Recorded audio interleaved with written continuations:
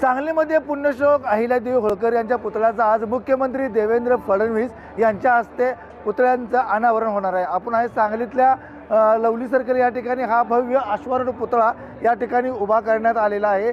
सांगलीमध्ये हा पुतळा उभा करण्यात सगळ्यात मोठ्या पुतळ्याचं अनावरण आज होणार आहे। सांगलीमध्ये पुण्यश्लोक अहिल्यादेवी होळकर यांच्या अश्वारूढ पुतळ्याचा लोकार्पण सोहळा होणार आहे। मुख्यमंत्री देवेंद्र फडणवीस यांच्या हस्ते लोकार्पण सोहळा संपन्न होणार आहे।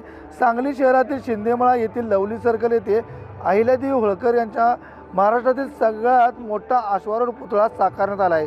अहिल्यादेवी यांची त्रिजन्म शताब्दी साजरी होत असून यामध्ये हा पुतळा उभारण्यात आला असून आज दुपारी 12 वाजण्याच्या सुमारास दिमागदार सोहळ्यात लोकार्पण सोहळा पार पडणार असून मंत्री चंद्रकांत पाटील, आमदार गोपीचंद पडळकर यांच्यासह मान्यवरांची मोठ्या प्रमाणात उपस्थिती लावली आहे।